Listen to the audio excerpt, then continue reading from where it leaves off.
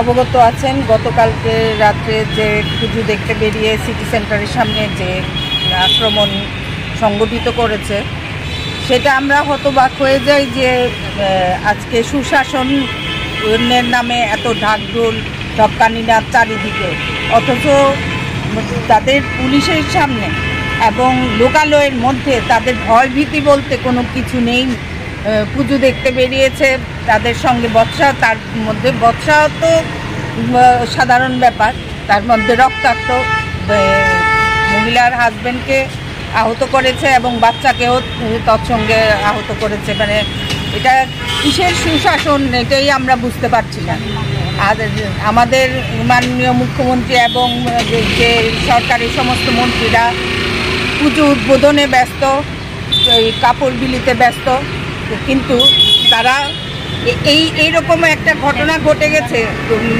যদিও একজনকে অ্যারেস্ট করেছে, কিন্তু তারপরেও আমরা থানায় এসে দেখলাম যে ভদ্রমহিলার হাজব্যান্ডকে আহত করা হয়েছে। এই মহিলা এসে দেখেছে আরেকজন আসামি ওনার সামনে, দেখেই মহিলা চিৎকার করে সেন্সলেস হয়ে গেছে এবং আমরা এসে পুলিশ সহ পাঠানো হয়েছে হসপিটালে।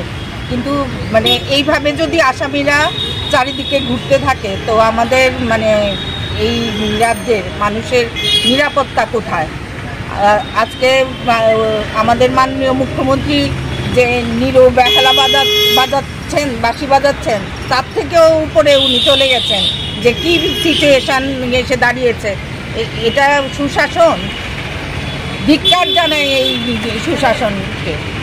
আমরা ত্রিপুরা প্রদেশ মহিলা কংগ্রেসের পক্ষ থেকে এটা শুধু আজকের একটা ঘটনা না, এরকম প্রায়ই ঘটে যাচ্ছে। হয়তো থানা অবধিও আসতে পারছে না, এটা আপনারাও জানেন ভয়ভীতির কারণে।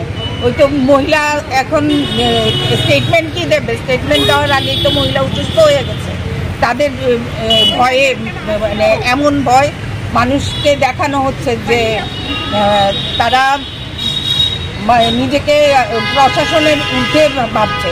কারণ পুলিশ প্রশাসন মানে পুলিশ যে থাকার পরে আমরা একটা ভয় ভীতি বা আমরা আইন শৃঙ্খলা মেনে চলবো, এই জিনিসটাই তো চলে গেছে। আজকে নিরাপত্তাহীনতায় সমস্ত রাজ্যের মানুষ বসবাস করছে এবং এই অবস্থা বেশি দিন চলতে দেওয়া যায় না। আমরা এটার ধিক্কার জানাই এবং যতক্ষণ না দোষীকে সঠিক শাস্তি প্রদান করা হচ্ছে ততক্ষণ আমরা যত দূর যাওয়া যায় এটা যাবো। পুলিশ প্রশাসন কি বলেছে?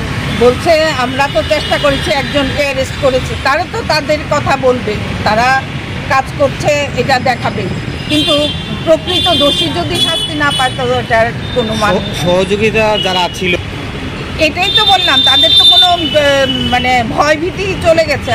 আমরাই সমস্ত কিছু করতে পারি, আমাদের হাতে ক্ষমতা। মণ্ডলের উমরা তোমরাটা আজকে মুখ্যমন্ত্রীর উপরে ক্ষমতা নিয়ে বসে আছে, তো কি বলবেন? এই প্রশাসন কি মানে সুশাসন যেটা বলছি, সুশাসনের চেহারা যদি এটা হয় তাহলে সত্যিকারের সুশাসন আমরা কোথায় দেখতে পাবো?